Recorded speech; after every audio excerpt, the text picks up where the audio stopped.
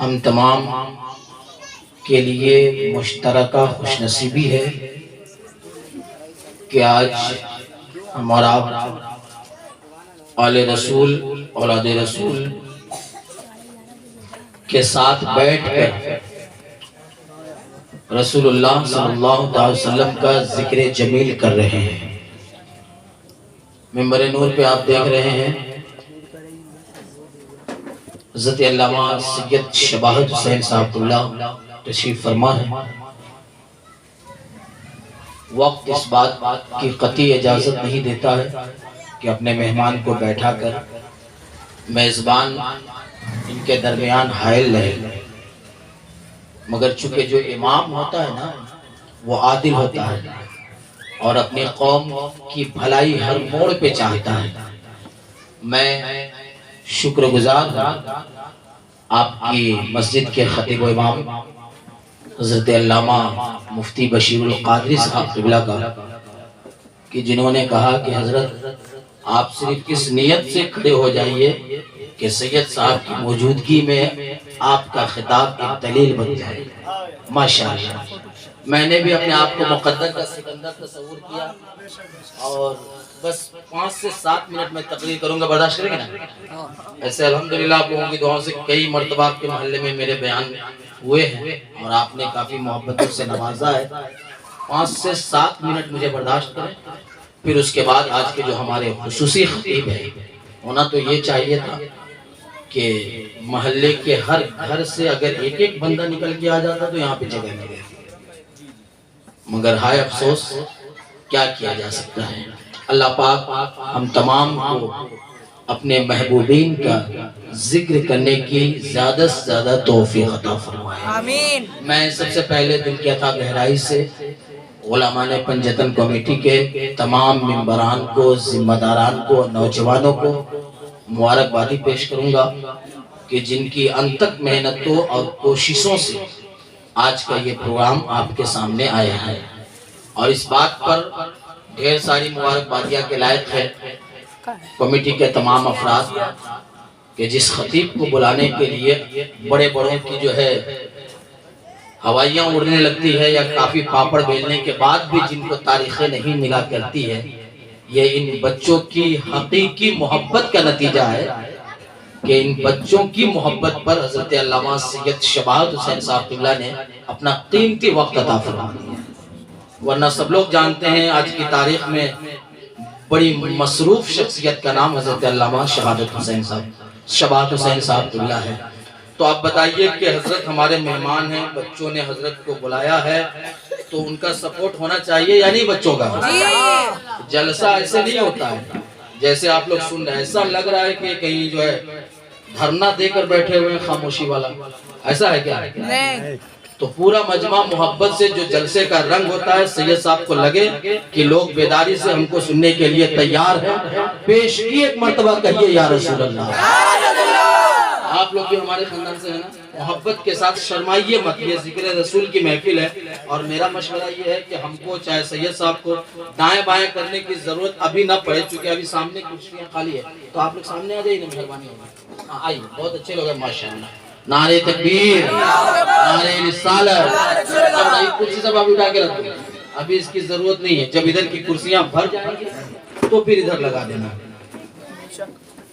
اب عقیدت اور محبت کے ساتھ اپنے اور ساری کائنات کے آقا، دونوں عالم کے مالک و مختار، سید ابرار و اخیار، گلشن ہستی کی اولین فصل بہار، انا اعطیناک الکوثر کے حقدار، سبحان الذی اسریٰ کی رفتار، وما ینطق عن الہویٰ کی گفتار، انکا لعلی خلق عظیم کی شاہکار فطرت، مصطفیٰ جان رحمت شمع بزم ہدایت، محسن انسانیت مخزن آدمیت، حضرت محمد مصطفیٰ صلی اللہ تعالی علیہ وسلم کی بارگاہ میں اس عقیدت اور محبت سے سلام پڑھو، درود پڑھو کہ شاعر نے لکھا ہے انہیں خبر ہے، کہیں سے پڑھو درود ان پر۔ محبت سے کہیے نا سبحان اللہ۔ 7 منٹ تقریر کروں گا، گھڑی دیکھ لیجیے، مگر یہ 7 منٹ خاموشی سے نہیں، بیداری سے میں چاہوں گا کہ آپ حسینی رنگ میں رنگ جائیں اور پھر ایک ماحول بنا لیں، سید صاحب کی فوراً تقریر ہو جائے۔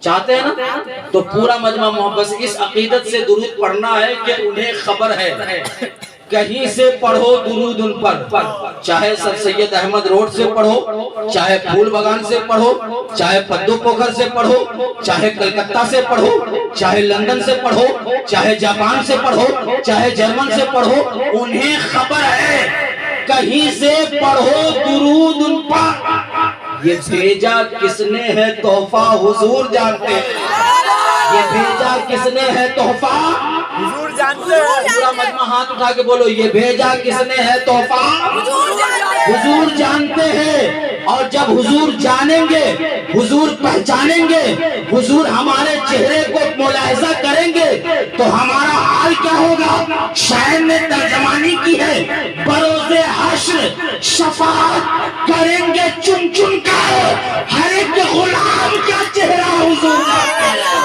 ہر ایک غلام کا چہرہ حضور جانتے ہیں۔ اور شاعر نے لکھا ہے، یا رسول اللہ کے نعرے سے ہم کو پیار ہے، جس نے یہ نعرہ لگایا اس کا میرا پیار ہے۔ تو اس عقیدت اور محبت سے درود پڑھو کہ نبی فرماتے ہیں جو دنیا میں مجھ پر جتنا زیادہ درود پڑھے گا وہ کل میدان قیامت میں مجھ سے اتنا ہی زیادہ قریب ہوتا ہے۔ سمجھ میں آ گئی ہو تو رسمن نہیں عقیدتاً محبتاً آپ اپنی عقیدت و محبت کا ثبوت پیش کیجئے، اور پورا مجمع جی لگا کر آل رسول کو گواہ بنا کر نبی پاک پہ درود شریف کا نذرانہ پیش کیجئے۔ پڑھیے اللہم صلی سیدنا شفینا حبیبنا نبینا مولانا محمد۔ نعرہ تکبیر، نعرہ رسالت، نعرہ رسالت، نعرہ حیدر۔ صلاۃ و سلام علیکہ یا رسول اللہ صلی اللہ تعالی علیہ وسلم۔ جشن خواجہ غریب نواز و ولادت مولائے کائنات کی مناسبت سے آج کی محفل کا انعقاد ہوا، اور آپ نے مجھ سے پیشتر حضرت مولائے کائنات کے حوالے سے مفتی رحمت علی بسبائی صاحب قبلہ سے سماعت کر لیا ہے، اور میرے بعد علی کی بات اگر علی کے لال سے سنو گے تو مزید محبتوں میں اضافہ ہوگا۔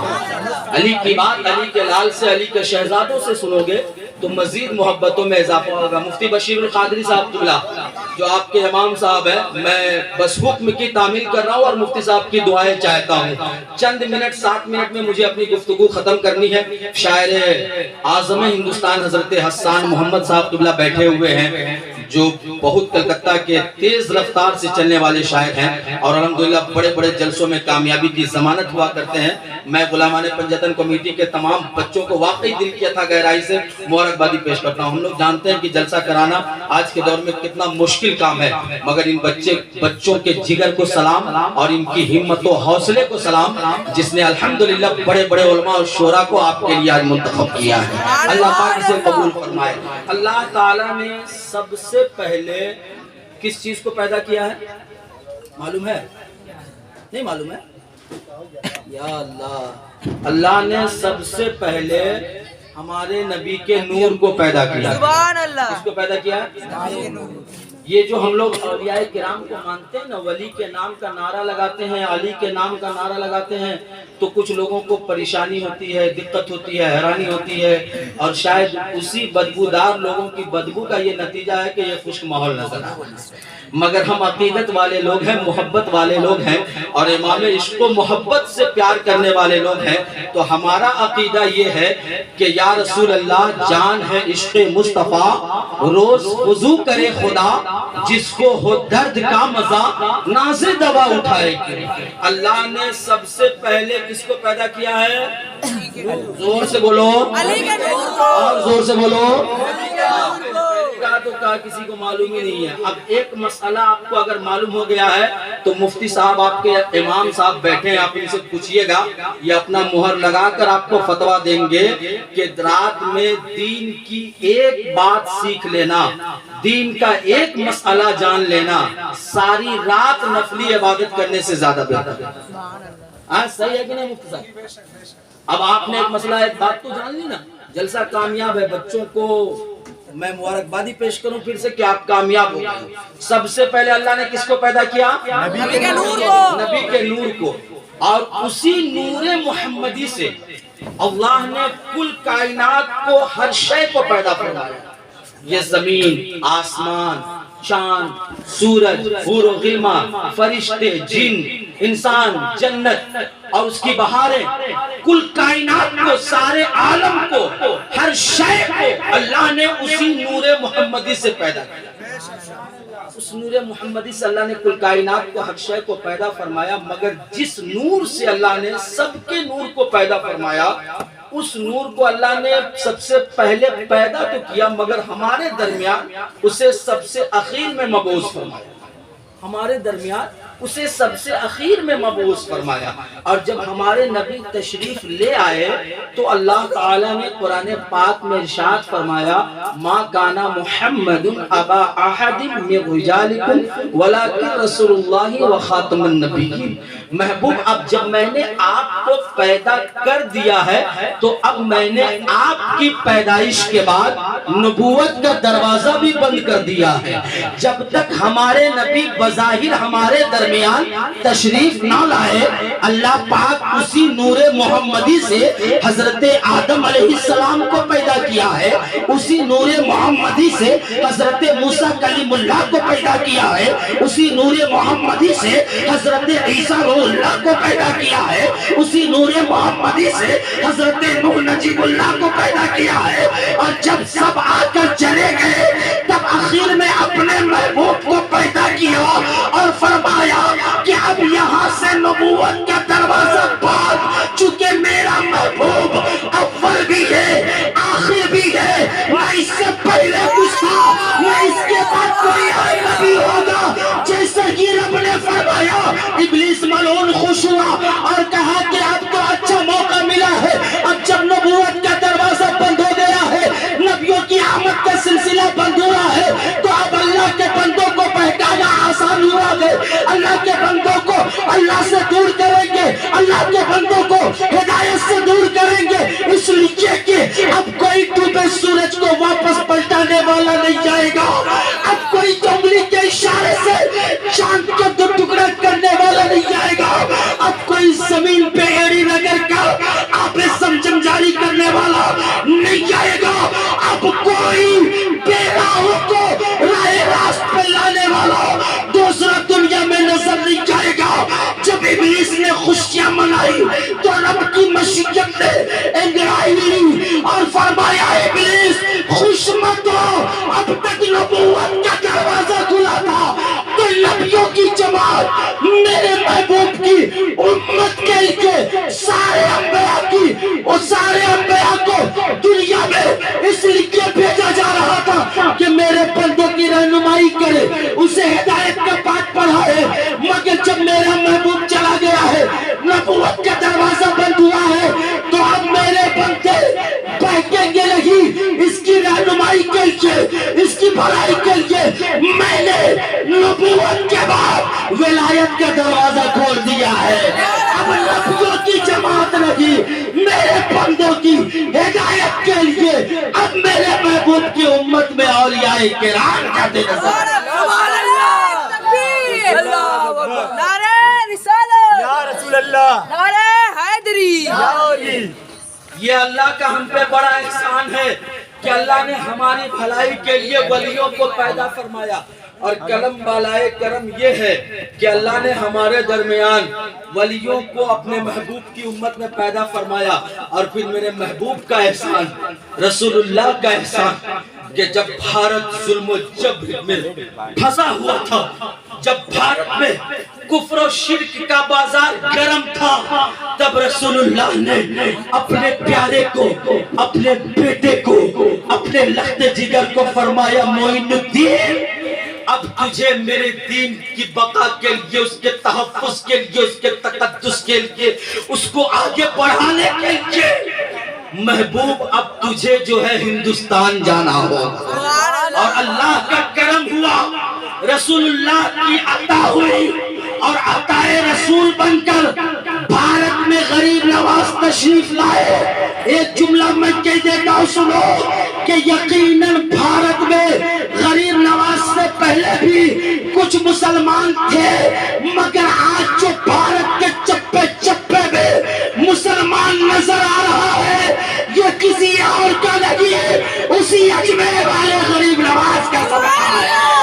بھارتی مسلمانوں، اگر تم اپنے آپ کو مسلمان کہتے ہو تو غریب نواز کو تجھے اپنا محسن ماننا پڑے گا۔ سبحان اللہ۔ بھارت کی سرزمین پر نعرہ تکبیر، نعرہ رسالت، جشن ولادت مولا کائنات، جشن غریب نواز، مسلک اعلیٰ حضرت۔ بھارت کی سرزمین پہ جو ہمیں اسلام کی دولت ملی ہے وہ غریب نواز کے صدقے میں ملی ہے یا نہیں ملی ہے؟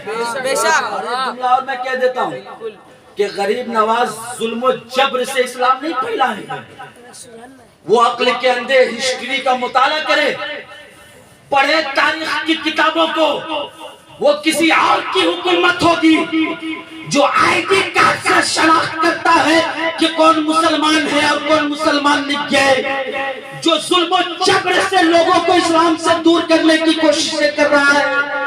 مگر میرے خواجہ جب بھارت تشریف لائے تھے تو ظلم و جبر سے نہیں بلکہ 90 لاکھ نے جو کلمے پڑھے ہیں وہ کسی طاقت و قوت کی بنیاد پر نہیں، غریب نواز کے کردار کی بنیاد پہ پڑھا ہے، غریب نواز کے اخلاق کی بنیاد پہ پڑھا ہے۔ اما اسلام کا دشمن غریب نواز کی بارگاہ میں جاتا تھا دشمن اسلام بن کر، مگر غریب نواز کی بارگاہ سے محب اسلام بن کر واپس ہوتا تھا۔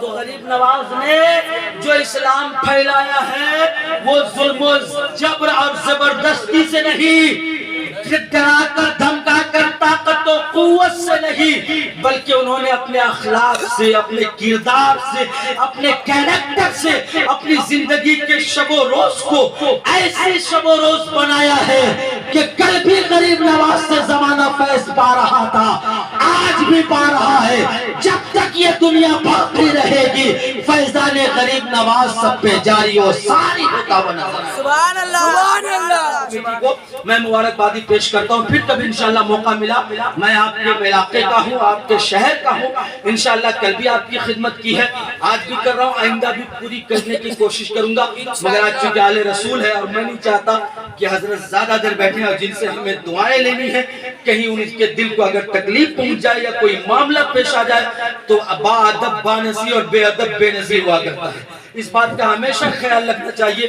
آل رسول سے دعائیں لینی چاہیے، نبی کی آل سے محبت کرنی چاہیے، اور اللہ توفیق دے تو اپنی عقیدت اور محبت سے ان کے دل کو خوشیاں بخشنے کی کوشش کیجیے۔